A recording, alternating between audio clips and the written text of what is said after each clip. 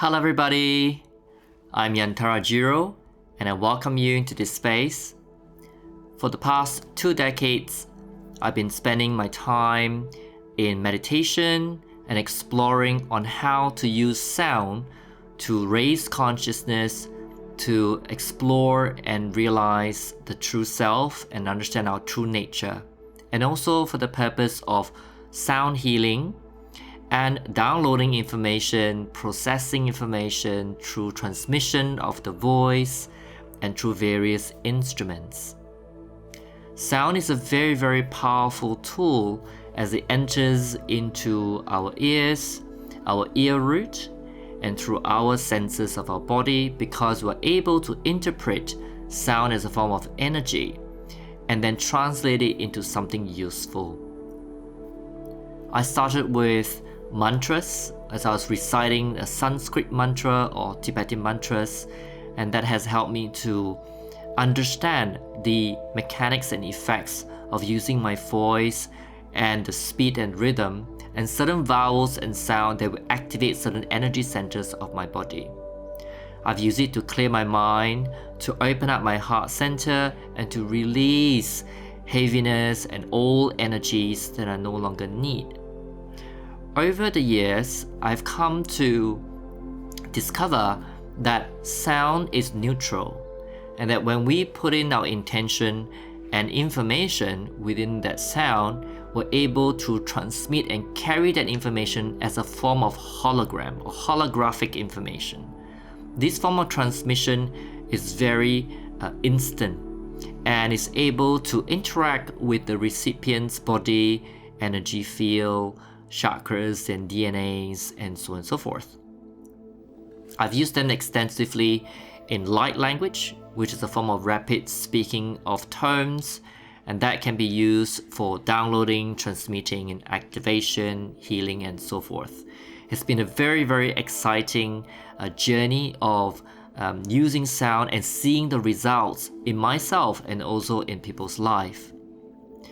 I've come to also understand this very important fundamental point, which is the ability to stay focused, to concentrate our attention and our mind, to be still so that our heart doesn't waver and be captivated by the phenomena that is happening around us. And by being able to be still, we're able to raise our consciousness. This happens naturally, but is developed over time. I'm able to use sound as we listen and to pay attention to the arising and the cessation of the sound.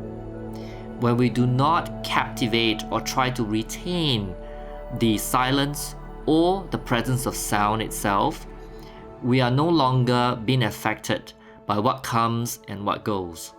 We're able to observe the phenomena as is, and naturally our attention and our energy will begin to turn inwards. And when it begins to do so, our energy can then be concentrated and focused within us, which supports us to raise our consciousness. So all my years of experience, whether it's through speaking the light language, whether it's through playing the alchemy crystal singing bowls, or using mantras, or toning, or even through songs, or through speech, or through writing, I found that these fundamentals, such as stilling the mind, the breath, and repetition of practice, is necessary and essential for the journey ahead, so that the practitioner, the person, the aspirant who is wanting to continue to understand and learn about itself, to overcome our own energetic blockages or raising consciousness to realize your true nature, we are able to then sustain and see results in our practice. Many times when people firstly enter into the spiritual practice of any kind, they may experience certain blockages of releasing, such as like discomfort in the heart, difficulties of breathing, teary eyes, or ringings in the ears, or pain in the jaw, or other problems that may manifest because of the result of certain meditation or certain energy work of practice. This is actually quite common, and it's like quite natural, because as energy moves in our body, and if there are blockages in there caused by emotions or things you have not expressed, discomfort, wrong perception of who you are as in your true nature, we tend to block this energy within our channels.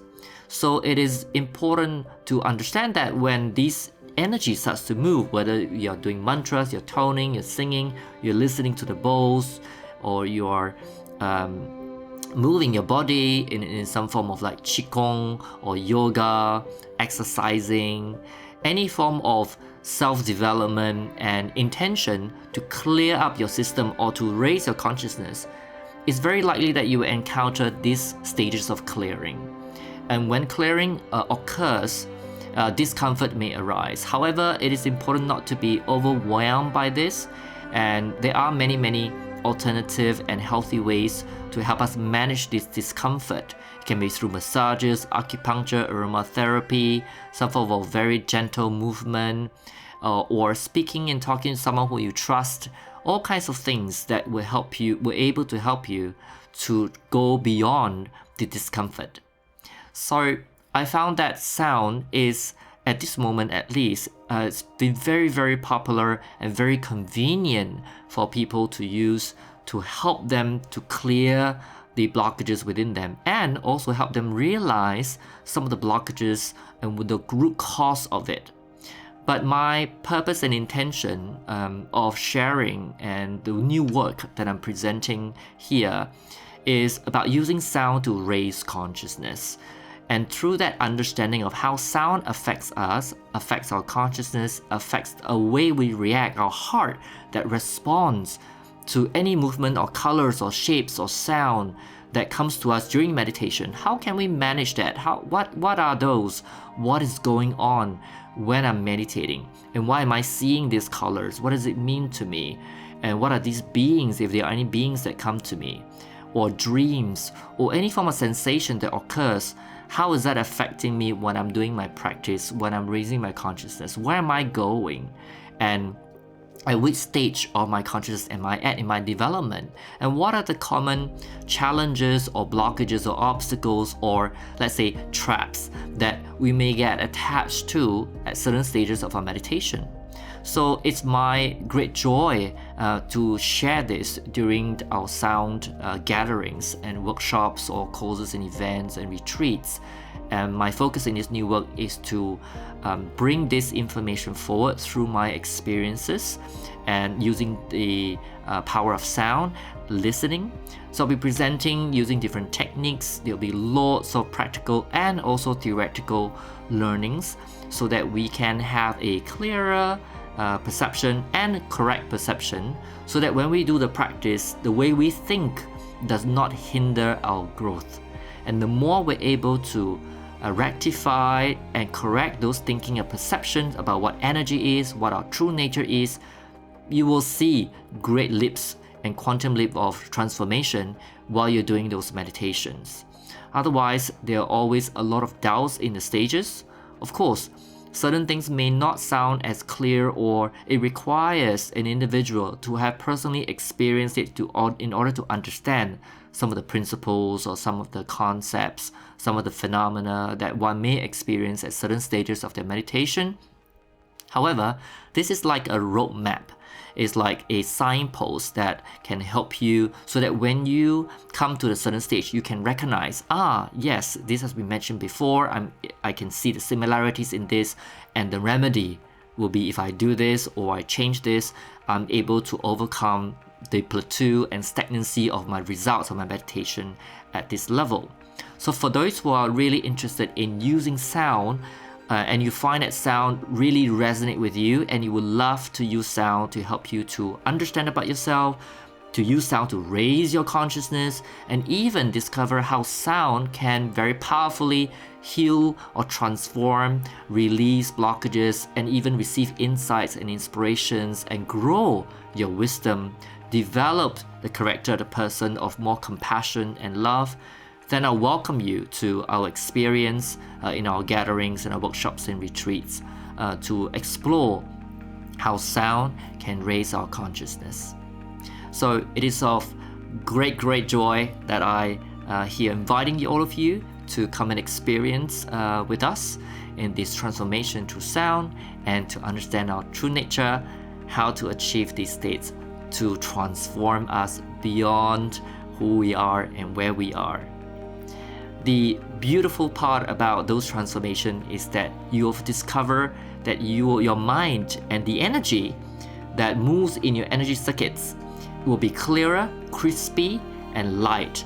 It feels like a liberation where issues no longer bother you as much, and you truly feel lighter and more space in your mind and in your heart. Because you're able to focus more inwards and understand the phenomena of and the reaction on the triggers of what's occurring, you're able to better manage your emotional position and also your mental clarity. By doing so, your energy is therefore conserved, reserved, and redirect internally to clear more of the deeper channels. And when that happens, your chakras will naturally illuminate more, and unification process will occur. As this unification process occurs, your consciousness will rise and other stages of phenomena begins to happen, such as you may begin to hear sounds beyond this world. You may be able to see different things that are beyond of this world, things that you could never imagine where you're in a conscious state of mind in this human realm. Other beings, other masters could communicate with you, and you might open up a whole new avenue of resources that will flow through you into your life to support you to move forward in your mission and in your purpose. So this will be a wonderful journey, and I certainly look forward to spend these beautiful times with you. Lots of blessings, and I'll see you soon.